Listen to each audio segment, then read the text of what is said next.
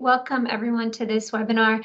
I would like to start by mentioning we're doing a series of webinars, and so these are being updated constantly because of the fact that we're trying to make sure that material is available before SAPSTA. So please continue to look at our website to see webinars that are coming up.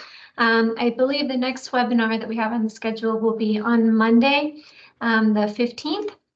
And this one will be looking at issues related to the system of environmental economic accounts, including the indicators that link with the SEIA.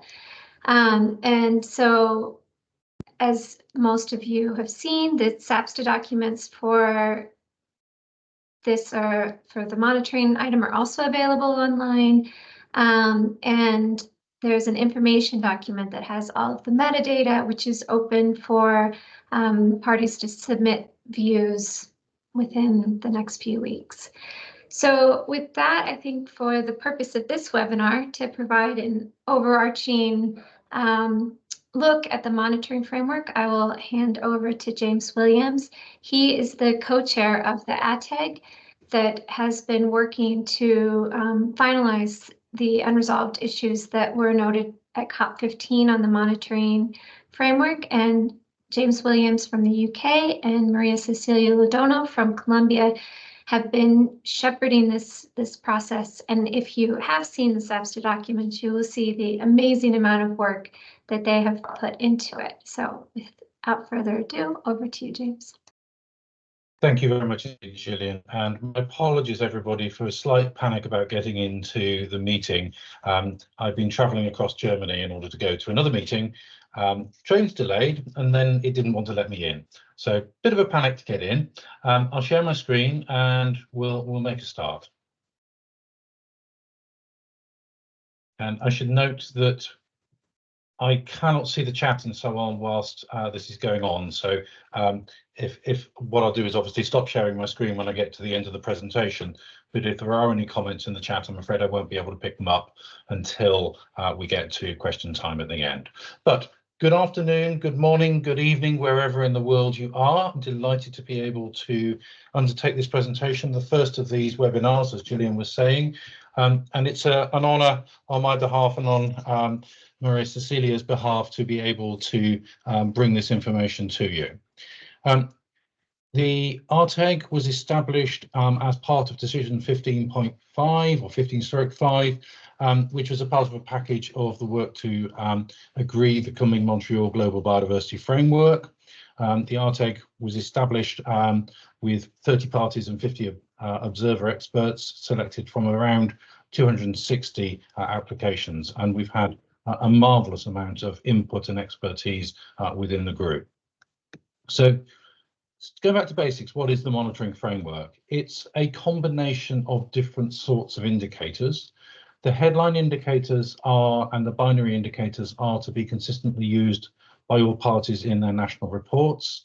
And the intention is that they will help to measure progress at a global level, bringing together data from a national level on those global targets. The component and the complementary indicators are optional for parties to adopt and to use, but they help to provide more detail because, as always, of course, these are indications, these are indicators. They're not going to be measuring all of the things in all of the targets in every single one. And those component and complementary and headline and binary indicators may be supplemented by national level indicators, which may help a party to understand what it is that they are particularly interested in, or to provide finer detail in terms of some of the progress that's being made, depending upon the data that are available. If we look at that from a party perspective, we've got the global whole, we've got these three sets of indicators, and parties need to implement all of the headline and binary indicators, and they may want also to implement some of the component and some of the complementary indicators. I doubt that any party will implement all of them. The number and the requirement would be extremely large to be able to do that. And I think it's worth noting that in that red circle that I've put there for national indicators, I've done a more major overlap with the component indicators than with the complementary indicators. And part of the reason for that is that there are many, many more of the complementary indicators. And I think it's likely that the parties will therefore adopt and use a smaller proportion of them, though not necessarily a smaller number. It's also worth noting that there is this white space here in terms of non-overlap with any of those three sets, and that, as I say, could be national indicators that are used to supplement the Kunming-Montreal Global Biodiversity Framework Monitoring Framework with more detailed information at a national level. And in terms of implementing all of that, it's going to require quite a balance of idealism and pragmatism in terms of being able to get the data available, to be able to make sure that this information can be part of national reports.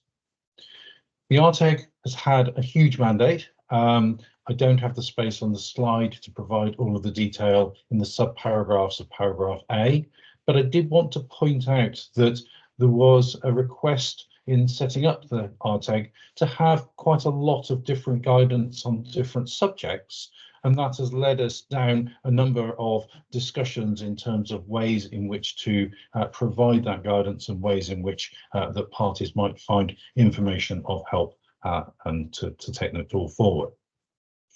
We've met 6 times, 4 times online, each of those a 3-hour meeting, and twice face-to-face, each of those a 4-day meeting.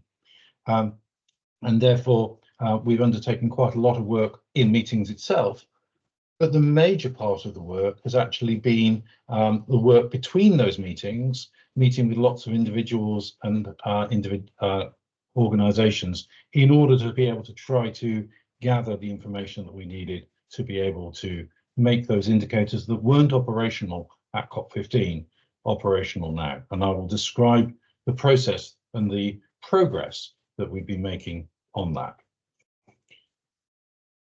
I just need to move my mouse. So we've had an awful lot of input.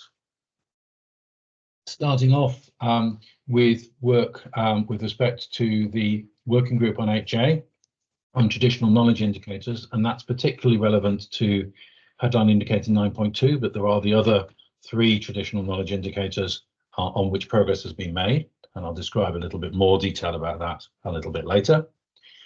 The liaison group on the Cartagena Protocol on biosafety provided advice on measurement of target 17. There's been a big study on the access and benefit sharing indicators to support goal C and target 13, and that's been undertaken under contract. FAO convened an expert meeting on pesticides indicator, headline indicator 7.2. There was the informal advisory group on technical and scientific cooperation on target 20, provided us with advice. We've had the technical expert group on finance indicators, met 3 times, twice face-to-face and once online, in order to review what to do with the indicators for goal D and target 18. There's been a capacity building survey, which finished at the end of last week, and the results for that are being written up at the moment. There's been the online forum, where we've had about 76 comments. A lot of those have been very much about gaps, and they've been very useful in the gap analysis that we've undertaken. And we've had lots and lots and lots of individual organisational expertise provided to us beyond the expertise within the AHTEG. And the organisations that I've listed there are the ones that are listed in Annex 1 of the SUBSA 26 paper in terms of being custodians for the indicators, the headline indicators in that paper. So a little bit more detail. We've updated the metadata for all of the headline indicators, advised by those various studies I've just mentioned, and also advised by the expertise within the group and those other experts that have provided us with information. We haven't been able to develop to an operational status headline indicators 1.1 and 9.1 at the moment, but the others have made significant progress. 1.1 is with respect to spatial planning, and it's proved to be very interesting and very difficult in terms of being able to see how much do you measure as a quantity in terms of what terrestrial or marine spatial planning has happened, particularly if you start to consider the subclauses about the different sorts of spatial planning that are asked for within the target. And we've actually struggled to work out what it is that we actually should be putting forwards as a figure to be asking parties for. So that needs some further work. 9.1 is the indicator on the ecosystem services from wild species, and we will that links very closely with indicator B1 on ecosystem services more broadly.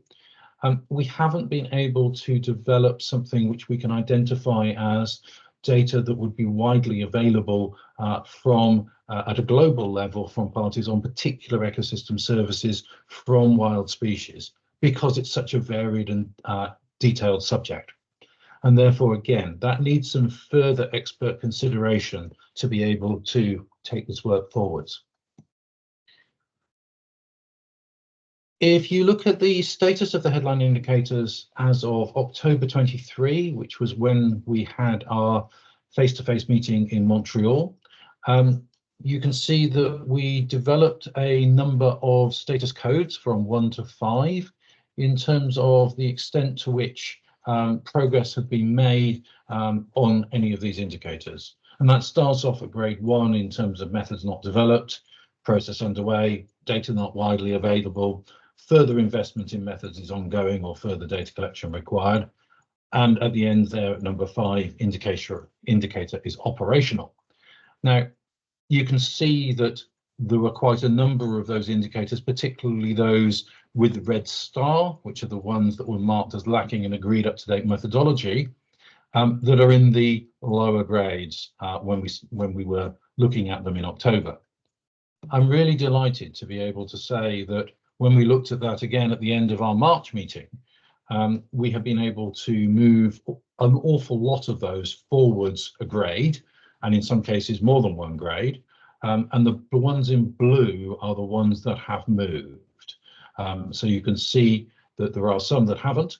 And in those cases, it's not that there hasn't been work done. There's been a lot of work done on all of the indicators, including updating metadata, but we haven't necessarily been able to move them forwards to the next grade of those status codes. So I want to emphasize progress has been made, considerable progress has been made, but there is still more to do. And I think that wouldn't surprise very many of the people on this call in terms of the information required and the difficulty actually of turning an idea into an operational indicator in many countries. So moving on to the binary indicators, we've created metadata in these cases. There wasn't any metadata previously. And at SUBSA 25, we provided information about the binary indicators. We provided wordings to questions, and I'll go into that in a moment. But SUBSA 25 was not able to finish their evaluation, their review of the questions in the annex to the SUBSA 25 paper. And it asked us to do work in terms of wording, whether there were wording changes we felt were needed, and in order to work on an aggregation method. And I will describe the aggregation method in some more detail in just a moment. What I will say is that the advice on the wording changes is in the addendum to the SUBSA 26/2 document. We have not edited the SUBSA 25 recommendation 1 directly because we were specifically asked not to. But I do think it's going to be important that those documents are considered together. So one of the things that we had suggested with the binary indicators was making them have more answers than just a strict yes or no. So a number of different possible answers, and that those questions should be split so that they are easier to answer. And the intention here is that you have a more precise question and you have a more precise answer, which means that you actually have a better idea of what is going on. Because a very complicated question with ands and ors in it, which just has a yes or a no, which part of that are parties actually responding yes or no to? So In terms of aggregating these information, we need to look at it in two ways. Firstly is when you have a multiple choice question, and you therefore need to think about what's the answer for that question.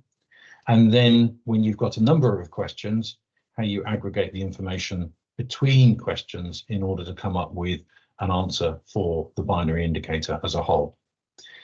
We proposed a number of answers as a standard set of answers for most questions in the Subset 25 paper. We're actually proposing that those answers should change slightly. And the reason for doing that is that we found in further discussions that there was some confusion about language in terms of understanding what no but under development and yes partially actually meant, and particularly in terms of distinguishing between them. So we tried to come up with a scale that is perhaps a little bit more intuitive. And I would say that although the answers that I've got on the slides following use the previous answers, they would map directly to the ones that we are proposing. So there wouldn't be any difficulty in implementing that proposal across all of the questions within the Subset 25 paper recommendation. So if you have a multiple choice question, you have the option of providing more than one answer. So how do you choose how far you've actually got in implementing that particular question and in terms of implementing that particular issue? We came to the conclusion that if you have ticked to yes to all of the options, then actually, yes, you are fully implementing that particular issue. If you haven't ticked anything, then you're not implementing it, so that's a no. But if you ticked one or more of those options, then you've got a yes partially. And that means you've made some progress towards that issue, but you haven't fully met it by dealing with all of the options that might be necessary. And the advantage of doing that is it allows us to bring the information together in a set of categories that we can then create a 6-point ordinal scale in order to be able to do the aggregation of the answers, both from multiple choice questions, but also with respect to the individual questions where you're required to answer just once. So working through this, at the bottom of the scale, at 0, if you haven't answered yes, if you've only answered no, then clearly you haven't made any progress. At the other end of the scale, if you've answered yes fully to all of those questions, then you have made full progress towards that indicator. I think it's most likely that most parties will be somewhere in between. So looking at it as the next stage in, if you've answered yes partially or yes partially and yes fully, then you are nearly there. You made a lot of progress. If you've answered no, or no but under development, then you're making a start on it, but you've got quite a lot to do. And then the two scores in the middle, the distinction between those is if you have any yes fully plus anything else, or if you have any yes partially and anything else. And the reason why we've put 3 above 2 is that if you've answered yes fully to one of those questions, then you have at least fully met part of the requirement. And therefore, you've actually made more progress than if you've just answered yes partially, even if you have more yes partialies than yes fullies. I want to go through that in a little bit more detail because it's slightly confusing and it's easier to grasp when you have some examples. I'm not going to show you the scores 5 and scores 0 because those are very obvious. All of the questions are answered yes fully, or all of the questions are answered no.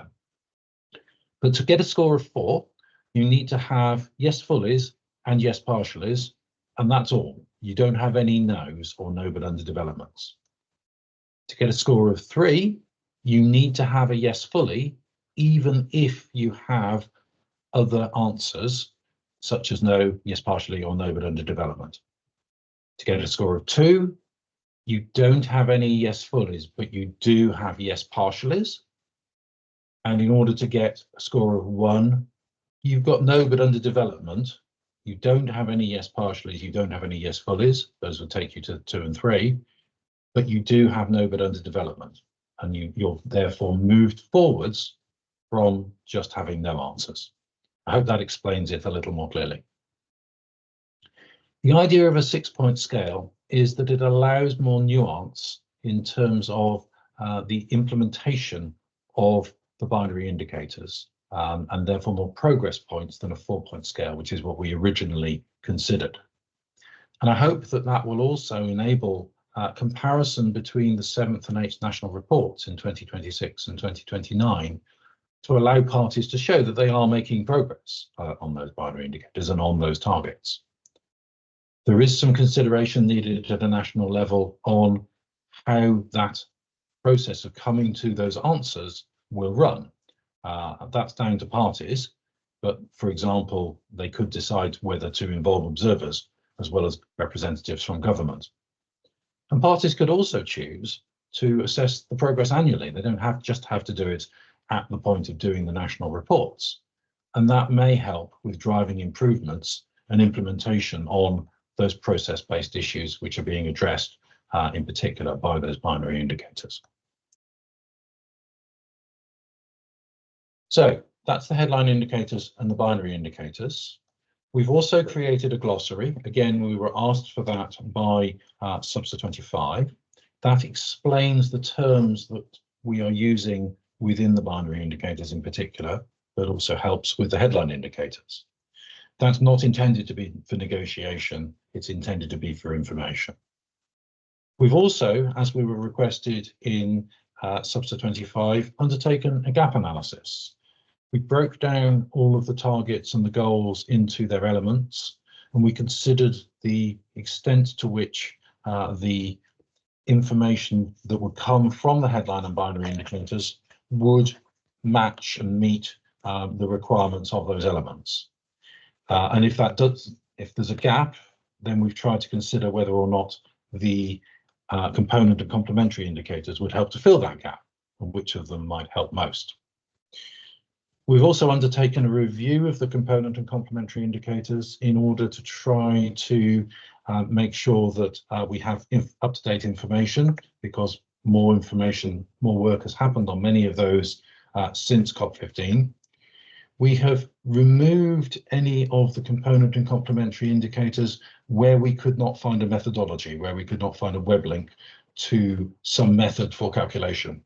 And the reason for doing that is that if parties want to be considering which component and complementary indicators to implement at a national level, then really they need to know which ones are available for implementation now. That's not to say that there won't be more work on component and complementary indicators. I'm sure many organisations and individuals will consider to do that work, but I think it's likely that we will need to keep that list under review. And in fact, that is part of the recommendation that is being made in the SBSA 26.2 paper. I said I would come back to the traditional knowledge indicators, and I mentioned the traditional occupations, headline indicator 9.2. There's been considerable work on that, particularly linking with the International Labour Organization, and that one is now pretty much ready to go. It will need quite a lot of work to implement, but that's the nature of starting off on implementing new indicators.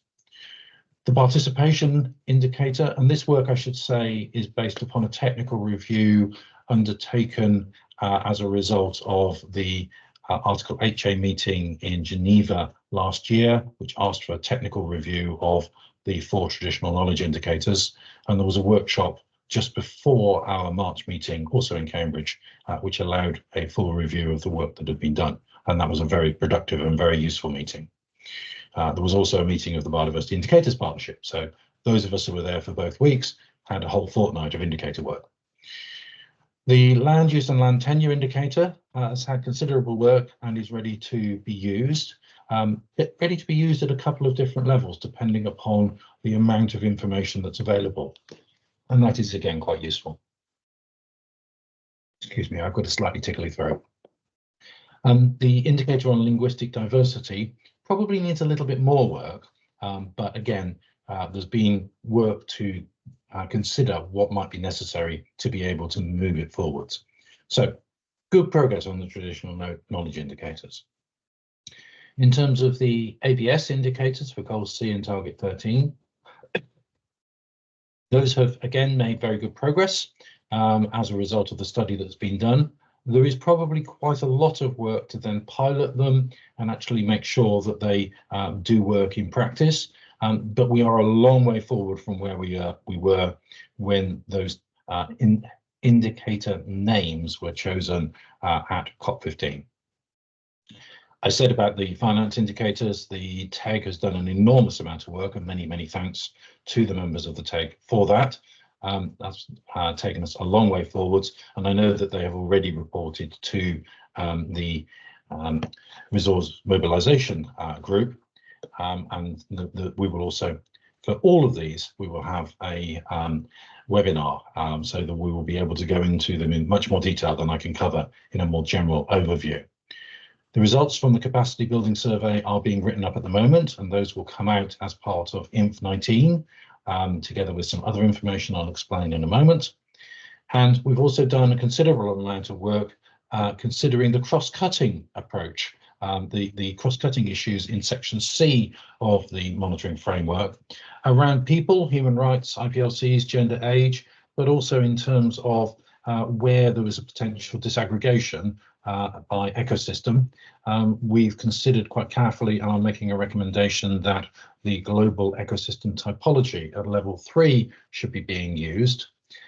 That is not to say that there is a need for new mapping of ecosystems at a national level. No, this is very much about mapping and aligning and crosswalking the existing national information to that typology so that the bottom up and the top down can meet in the middle.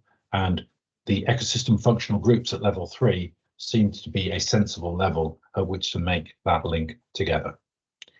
So the Substance 26.2 paper has, as you would expect, an introduction and background to the work that we have undertaken.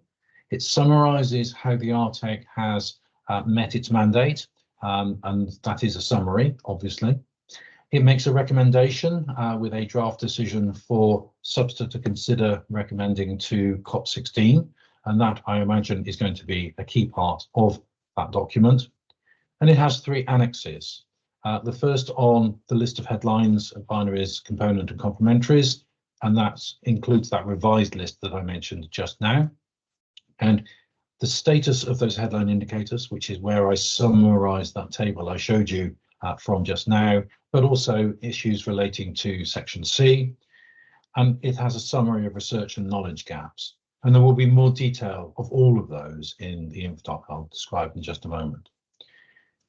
At Substa 25, we came up with a recommendation that annexed the list of binary indicator questions. They're all in square brackets. They need to be further considered, and as many of those square brackets as possible removed in the advice that goes through to COP. And I think it's going to be important that that is done taking account of the advice on the wording of binary questions that's in the addendum document to Substa 26.2 that provides that extra advice that Substa 25 asks the AHTEG to provide. And I think I just, at this point, if I may, make a plea for simplicity in terms of the wording of those binary questions. I think it's very important for negotiators to think quite carefully about what it is that they are asking for within those questions, because your colleagues are going to have to answer them in your national report. So think about what's the answer that you're going to give from your party's perspective to those questions. We've got 2 INF documents that are available, one available now and the other will be available at the end of April. INF 14 is available now. That provides an introduction. It provides guidance on applying the indicators, both headline and binaries, and includes the aggregation methodology I've described. There's information about taking section C of the Global Biodiversity Framework into account, both from a people perspective and from a ecosystems perspective. There is metadata for every single headline and binary indicator.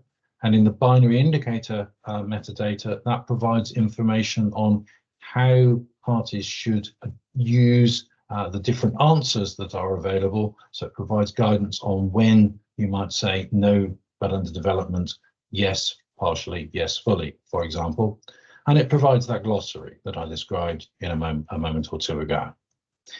In Inf 19, that will be available at the end of the month, there will be more information about building biodiversity observation networks, and that is partly about how we actually turn this monitoring framework into reality, both in terms of doing it now, in terms of parties being able to implement these indicators in the monitoring framework in their 7th national reports, which are due in February 2026, but also thinking further forwards in terms of what happens beyond 2030. We're in a much better position with biodiversity indicators than we were when we adopted the 2010 target, but there's still a very long way to go in terms of being able to measure all of the subjects and all of the issues that are within the global targets. There will be the information about capacity needs and opportunities, and there will be further information about the gap analysis that we've undertaken, and that supplements the third annex that I mentioned just now in the SBSTA 26.2 document. I mentioned earlier on that we'd had a lot of input. All of that input is being provided, pretty much all of it, as INF documents as well, and therefore there is an enormous reading list for you. But what I want to reassure you of is that all of that information has been taken into account in the guidance that we are offering and the recommendations that we're making. There is an awful lot to digest, and that is one of the reasons why we're doing all of the webinars. Before I come to a close, I want to just mention a couple of things and just remind people of the reason for doing this. The AHTEG is providing advice into COP16 in parallel with parties providing their national commitments and the review of ambition, actually understanding whether or not we've got enough ambition within the system. The indicators will get used in 2026 and in 2029 in those national reports. That will enable a review of progress, a global stocktake to be taken both at the midpoint and at the end of the decade. And of course, there will be the IPBES global assessment that is also being pulled together for the end of the decade. And that then all leads through into what happens next. And that is part of the reason why I'm saying that building capacity moving forwards is really, really important, because we need to continue to be able to measure these issues better as we move forward into the post-2030 Global Biodiversity Framework and as we move into post-2030 Sustainable Development Goals. So the documents I think we're going to need to concentrate on at SBSTA 26 are the recommendation within the main paper, the addendum document in terms of the wording of the binary questions, and the follow-up on the recommendation from SBSTA 25.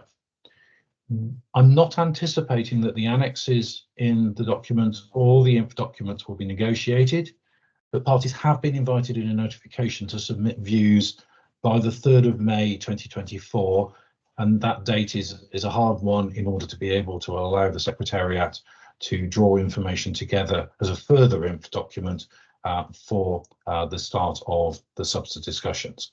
And I would encourage people to read the INF documents and to provide those views to the Secretariat, please.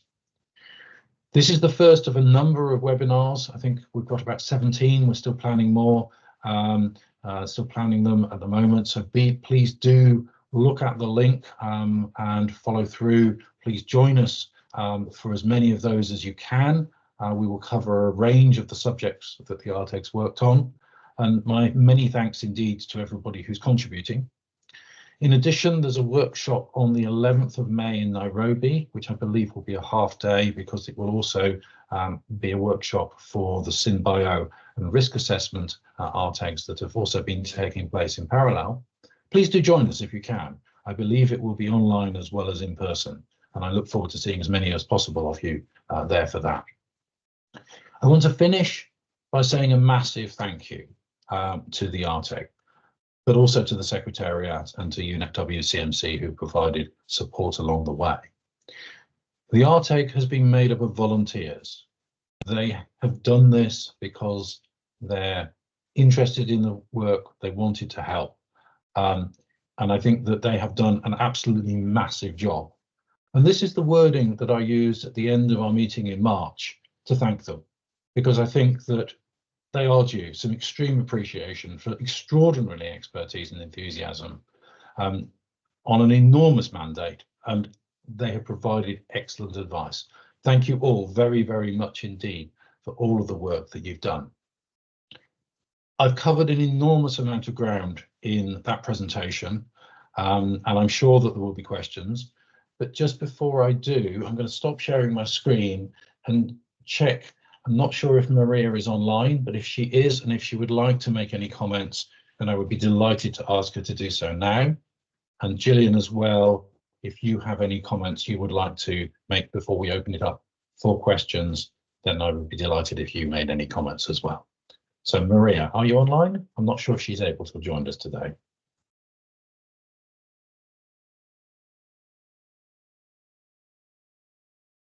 Maybe not. Gillian, is there anything you want to add? No, I don't see so many. I see a few comments in the chat. So I think it's worth mentioning in the main document 26.2, it references the agreement that was reached at SAPSTA 25. So the AHTEG provided the guidance on the binary indicators to SAPSTA 25, and that was discussed there. So in order to see the binary indicators, you're going to need to go to the SAPSTA 25 document. Those two documents will be merged during the session at SAPSTA itself.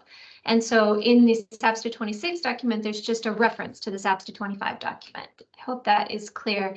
And then on the specific question in the chat, the AHTEG was invited to provide guidance on the binary indicators. And in the case of Target 17, this guidance was provided through the liaison group for the Cartagena Protocol. And then they provided guidance to the AHTEG. That guidance will also be published by as an information document, which was shown on one of James's slides. We are working to get the information documents up as quickly as possible. I would request patience. The editors who edit the main documents for SAPSTA and SBI happen to also be the one who posts the information documents. And so there's unfortunately a little bit of a backlog that's affecting the information documents, but we are trying to get them up as soon as possible. I hope that answers the question on the documents being available. I will say there's a number, as James showed, there's a number of documents that will be provided as information documents, and all of them are experiencing the same backlog, basically. Thank you, Gillian. So just to try and run through the questions on the chat, and I'll then open the floor. I think some of them have been answered in terms of the webinar being recorded and slides provided and links to the documents. So thank you very much indeed, Lisa, for doing that already. There's a question from Estrada with respect to ecosystem typology. Yes, it is that paper. It is the work, and Emily Nicholson was a member of the group. So that hopefully reassures you on that. The data links to GIS analysis mapping, clearly that's a national level requirement in terms of how you are making assessments at a national level. We're not providing advice on the technicalities of how you should do your GIS mapping. I think that's too technical a subject for the AHTEG to provide advice on. But yes, there will need to be GIS analysis to be able to answer some of the indicators, I'm sure. In terms of notification 2433 and its invitation to submit views, does this invitation extend to organisations or just for parties? Gillian, can you answer that one?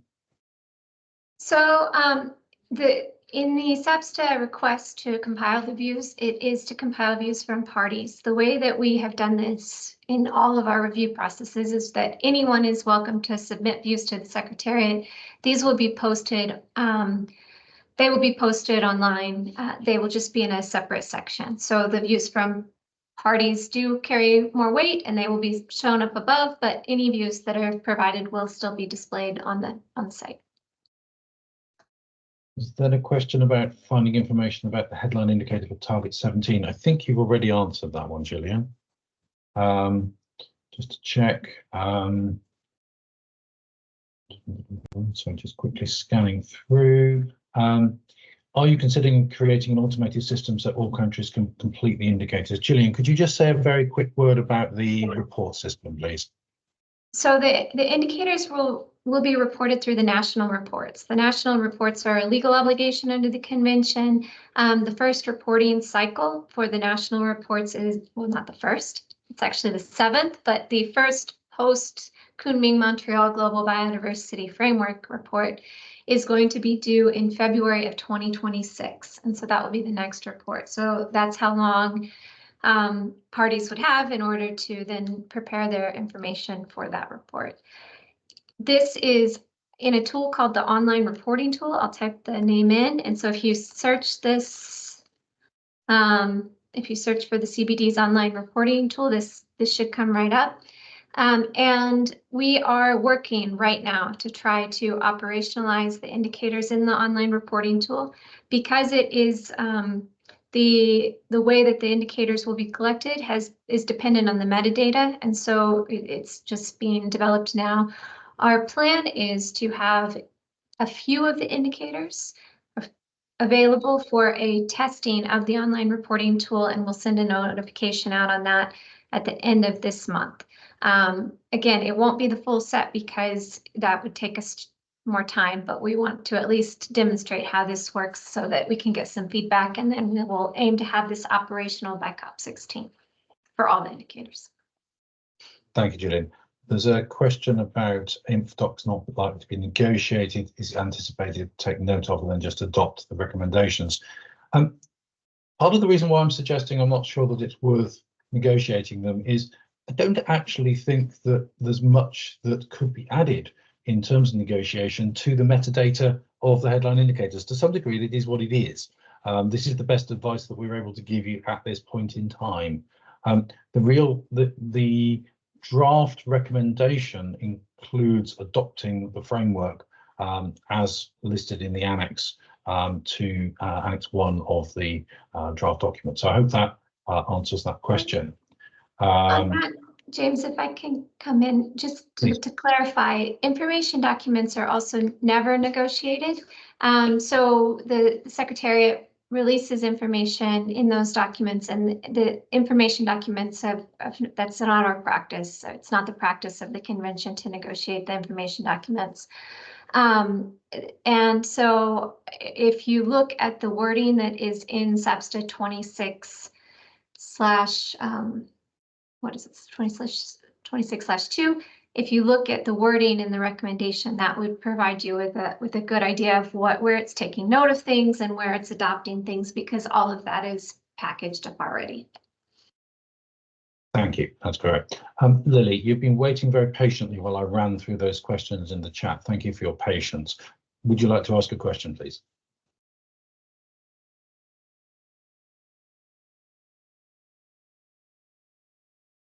We've allowed the mic and camera for Lily. Thank you. You need to come off mute yourself though, Lily.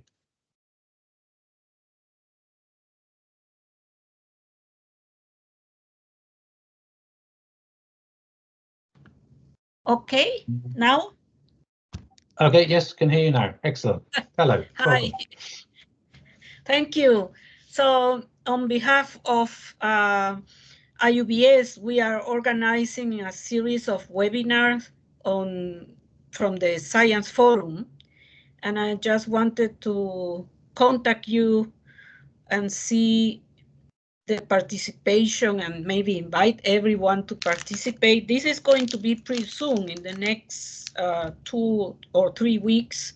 So before Substack, and it's not on the details we were discussing now and you are formally discussing, but more on the, let's say, the technical framework of the themes for the indicators. So that's why I wanted to intervene, and I hope this can be well coordinated for a real contribution to the definition of better indicators. Thank you.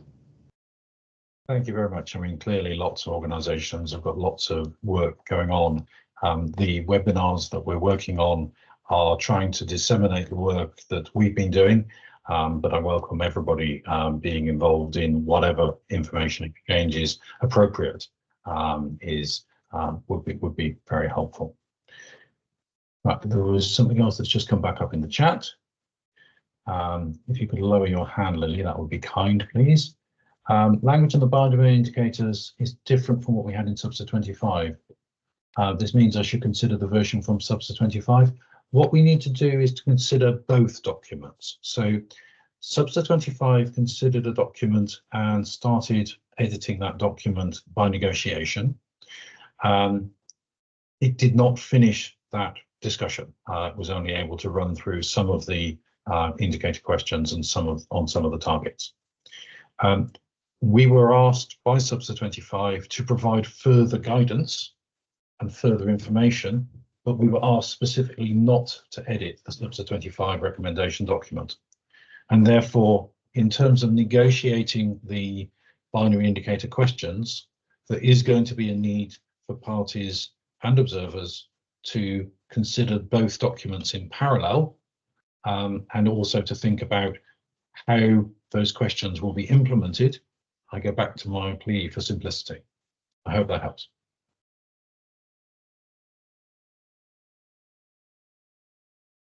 Good. There was also a question I missed just above, which was with respect to sending information in response to the notification. Gillian, what's your preference on how that works? It's the questions around, should organisations' feedback on the indicators be sent through the same format as for parties or separately by email to CBDSAG? I mean, you should use the same template as parties. I think, parties are going to be the ones that also try to look at this material. And I think if it's available in a constant format, it's good for everyone. So thank you very much. There's another question that's just arrived in terms of the naming of the Kunming-Montreal Global Biodiversity Framework as the Biodiversity Plan. I noticed that that's what it's being referred to now on the CPD website. Personally, I think probably both names are going to get used moving forwards. It wouldn't surprise me at all. It is the same thing. Absolutely, it's the same thing.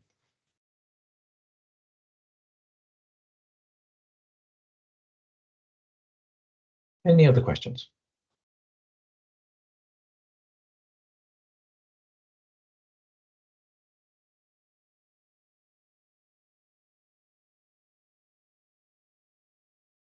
Second, there's a long question just coming about non-state actors. I just need to read it a second.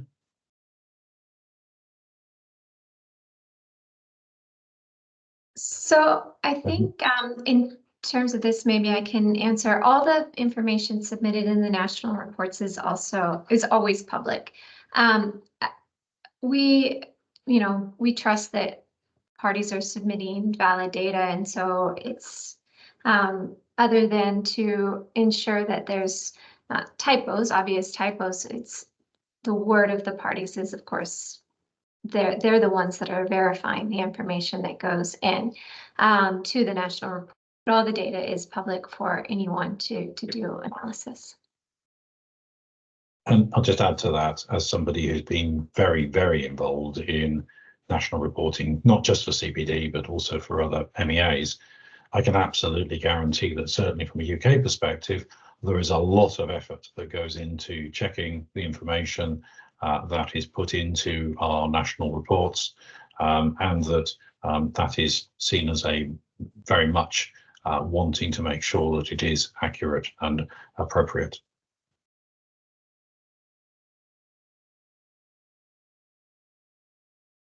Any other questions?